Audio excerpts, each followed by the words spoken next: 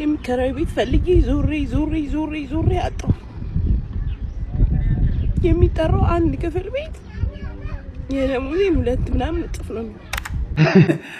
ቸርች ውስጥ እንደዚህ አይነት ፓስተሮችና አገልጋዮች ካሉ ለምንድነው የጴንጤው ዓለም ቸርች ውስጥ ያበደው ብዬ እጠይቃለሁ።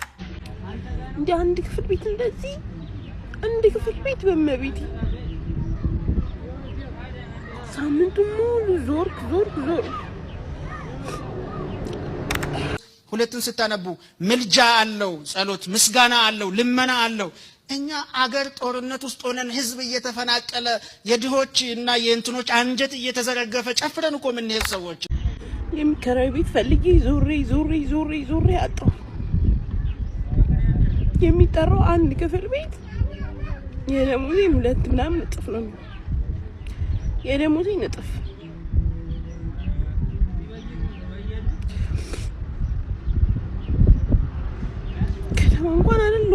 ከተማ እንኳን አይደለም ጫፍ ነኝ። እንደ አንድ ክፍል ቤት እንደዚህ አንድ ክፍል ቤት በመቤቴ ሳምንቱ ሙሉ ዞርክ።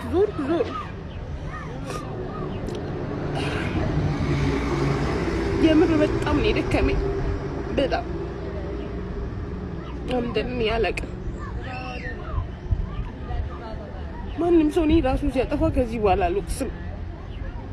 አሁን ላይ የመከራ ዕቁብ ደርሶት የሚወጣለት ደግሞ ሀዘኑን የሚገልጽ ተረኛ ሰው ማን ነው ማለት ነው የጀመርነው እንጂ ሁላችንም በየተራ ሀዘናችንን፣ ችግራችንን፣ እንጉርጉሯችንን፣ ስቃያችንን በዚህ በሶሻል ሚዲያ ዘመን ማንም ሰው ችግሩን ደብቆ በማይዝበት ገበና የሚባል ነገር በሌለበት ዘመን ላይ አውጥተን እየተናገርን ነው ያለን። አንዳንድ ችግሮች እዚህ ሶሻል ሚዲያ ላይ ቫይራል ይወጣሉና ሰዎች ቫይራል ነገር ይወዳሉ። ቫይራል የወጡ ችግሮች ደግሞ ቻሌንጅ ይደረግላቸዋል። እስቲ ቻሌንጅ እናድርግ፣ የዚህን ሰው ነገር እንቀይረው፣ ይህን ሰው እንደግፈው ይባላል። በጣም ጥሩ ነገር ነው ቻሌንጅ አድርጎ ሰውን መደገፍ፣ ሰውን ማንሳት።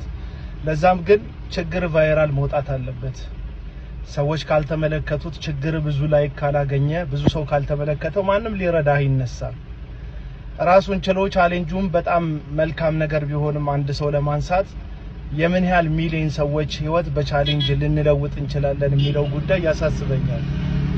ኢትዮጵያ እንደ ሀገር በሚሊዮኖች የሚቆጠሩ እቺን እህቴን የሚመስሉ በየቤታቸው ህመምና ሀዘናቸውን ተሸክመው እንባቸውን የሚያፈሱ ብዙ ሰዎችን ተሸክማ የያዘች ደሃ ሀገር ናት እና አይ ቲንክ መለወጥ ያለብን ሲስተም ይመስለኛል። በዚህ ነፃ ገበያ ላይ ነጋዴዎችና ባለሀብቶች ደግሞ ትልልቅ ቦታ ላይ ያሉ ሰዎች ራሳቸውን ተጠቃሚ በሚያደርግ መልኩ በሚሊዮን የሚቆጠረውን ህዝብ እንደፈለጋቸው እንደ እንዝርት ሲያሾሩትና ወደፈለጉበት መንገድ ልክ እንደ መስኖ ውሃ እየቀደዱለት መስመር ሲያበጁለት ሲስተዋላል። በመቶ ሚሊዮን የሚቆጠር ህዝብ የራሱን ዕጣ ፈንታ በራሱ መወሰን አለበት። ይሄን ስናገር ስለ አመጽ፣ ስለ ነውጥ፣ ስለ ብጥብጥ፣ ስለ ክፋት፣ ስለ ተንኮል፣ ስለ ፖለቲካ እያወራው አይደለም።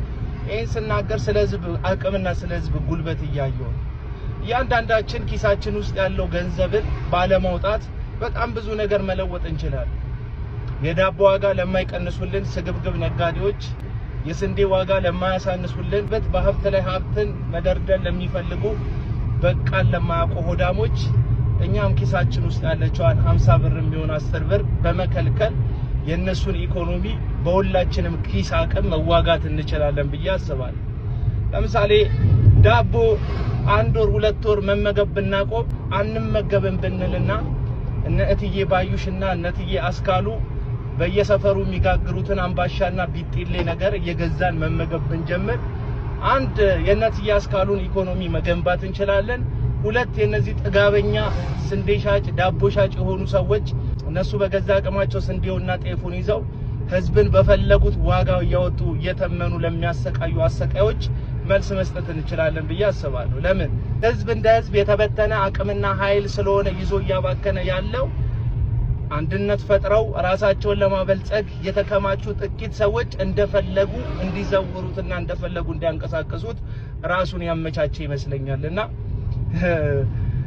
እዚህ ላይ እንግዲህ ኢትዮጵያ ውስጥ ያላችሁ ሶሻል ሚዲያ ኢንፍሉዌንሰሮች ምን እንደምትሰሩ አላቅ ፋንሲ ላይፎቻችሁን ታሳዩናላችሁ በህዝብ ላይክና በህዝብ ኮሜንት የሰበሰባችሁትን ዕውቅና መልሳችሁ ለህዝብ አገልግሎትና ለህዝብ ዓላማ ልታውሉት ሲገባችሁ እናንተ ግን እናንተን ምቾትና ቅንጦታችሁን በካሜራ እየቀረጻችሁ በልቶ ማደር ለከበደው ምስኪን ማህበረሰብ በሞባይሉ በኩል ታስተላልፉለታላችሁ ልክ እንደዚህ አይነት ባከራይ ስግብግብነት ቤት ማግኘት ያልቻሉ ልክ በቤቶቻቸው እንደሚያለቅሱ ሚሊዮኖች አይነት በስግብግብ ነጋዴዎች ምክንያት መመገብ ራሳቸውን መቻል ያልቻሉ በጣም ብዙ ሰዎች አሉ እነዚህ ሰዎች አስተባብረን ድንጋይ ሳንወረውር ጎማ ሳናቃጠል ስርዓትና ህግን ሳንጥስ ኪሳችን ውስጥ ያለውን 50 ብርና 100 ብር ብቻ ለወርና ለሁለት ወር ቦይኮት በማድረግና ይህንን ነገር አንገዛም ብለን እንደ ህዝብ በመወሰን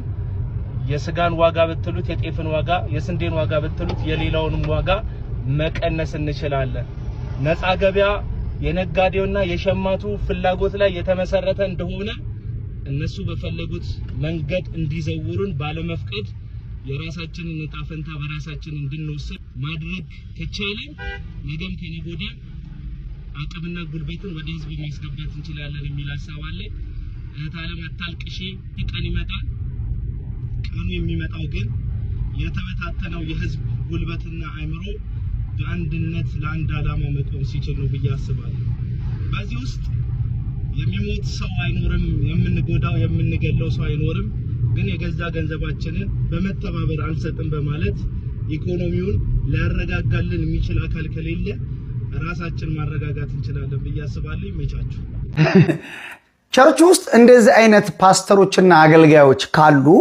ለምንድነው የጴንጤው ዓለም ቸርች ውስጥ ያበደው ብዬ እጠይቃለሁ ለካ እንደዚህ አይነትም አገልጋዮች ፓስተሮች አሉ ማለት ነው አንደኛ ጢሞቴዎስ 2ን ስታነቡ ምልጃ አለው ጸሎት ምስጋና አለው ልመና አለው እኛ አገር ጦርነት ውስጥ ሆነን ህዝብ እየተፈናቀለ የድሆች እና የእንትኖች አንጀት እየተዘረገፈ ጨፍረን እኮ ምን ይሄ ሰዎች ነን አገር በጦርነት እየታመሰች ህዝብ እየተፈናቀለ ወንድም ወንድሙን እየገደለ ጴንጤ አዳራሽ ውስጥ ብትሄድ ማለት ነው እስክስታን ያለው አባቴ ጭፈራኑ አባቴ የልመና እግዚአብሔር ማሃቱን በምህረቱ እንዲለውጥ መቅሰፍቱን ደግሞ በቸርነቱ እንዲያርቅልን አንድም ቀን የምልጃ ጸሎት ተጸልዮ አያውቅም በፍጹም አያውቅም ሁሌ መዝለል ነው ሁሌ መጨፈር ነው ይሄንን እኛ ስንናገረው ብዙ የጴንጤ አማኞች እንደ ስድብና ትችት ነው የሚቆጥሩት ነገር ግን በውስጡ ያሉ እንዲህ አይነት የተደበቁ አገልጋዮች ወደፊት ሲመጡ ያ የምንወዳቸው የድሮ የፕሮቴስታንት አማኞችን ፍንትው አድርገው ያሳዩናል ማለት ነው አገር በጦርነት እየታመሰች ህዝብ በኑሮ ውድነት አንገቱን እየደፋ ብዙ ጭንቅና መከራ ውስጥ ያለ ህዝብ እያለ ጴንጤ አዳራሽ ብትሄድ አባቴ የብልጽግና ስብከት ነው የምትሰማው መዝሙር እስቲ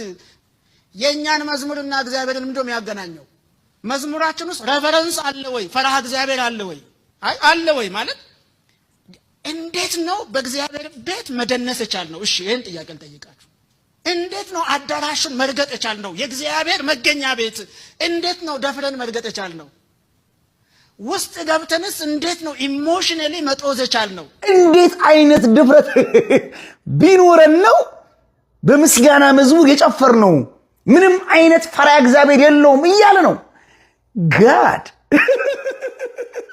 ይህንን ነበር ለዘመናት ስንናገረው የነበረው አንዳንዴማ ሰምታችኋል እኮ አይደል እንዴ በቅርብ ቀን ፍቅሬ ጓደኛዬ ምናምን ምን ትዝታዬ የሚሉ ራት ልጋብዝ አብረን ወይን እንጠጣ አይነት ሁሉ ምስጋና የሰማንባቸው ጊዜዎች ነበሩ እነዚህ ሁሉ ምስጋና የሚመስሉ ዘፈኖች ፈራ እግዚአብሔር የላቸውም ይልናል መምህሩ አምደናል ምን ፈራው አይደለም አያስፈራንም ባይደ ምንም አያስፈራንም መዝሙሩን ለኛ ስሜት ስላደረግነው ስብከቱን ለኛ ሞቲቬሽን ስላደረግነው ጸሎቱም እሱ ስለሆነ የት አለ እግዚአብሔር ቤቱ ውስጥ እኛው እኮ ክብሩ መጣ ምንለው ወንበር ሲሰበክ ነው 10 ሰው ልሳን አውርቶ ምናምን ተንጫጭቶ እግዚአብሔር ይባረክ ጉብኝቱ እግዚአብሔር መጥቶ ወንድም በሰላም አትድም አንተ ነህ ጦዝከው እግዚአብሔር አልመጣም 2 ሰዓት ስለጨፈርን አምልኮ ስለጦዘ ሰዎች እንትን ልሳን ስላወሩ እግዚአብሔር መጣ ይመስልሃል? ያ አልመጣም፣ አይመጣም። የለም እግዚአብሔር በፍጹም እንዲህ አይነት ጉባኤ ላይ እግዚአብሔር ሊኖር አይችልም። የእብደት ጉባኤ፣ እግዚአብሔር የማይከብርበት፣ ሰዎች የራሳቸውን ጀግንነት የሚያወሩበት፣ ስለ ራሳቸው ክብር የሚናገሩበት ጉባኤ ላይ፣ የእብደት ጉባኤ ላይ፣ እንዲህ አይነት የጅንጀሮ ድግስ የሚመስል ጉባኤ ላይ እግዚአብሔር ሊገኝ አይችልም። እግዚአብሔር መንፈሳቸው በተሰበረና ልባቸው ቅን በሆኑ መካከል ነው የሚገኘው። ልሳን ስለተናገርክና ድራማ የሆነ አጋንንት የማውጣት ስራ ስለሰራ እግዚአብሔር ተገኘ ማለት አይደለም።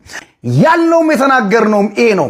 ጉባኤው ላይ የእግዚአብሔር መንፈስ የእግዚአብሔር ኃይልና ክንድም ተገልጦ አያውቅም ነው የሚለው።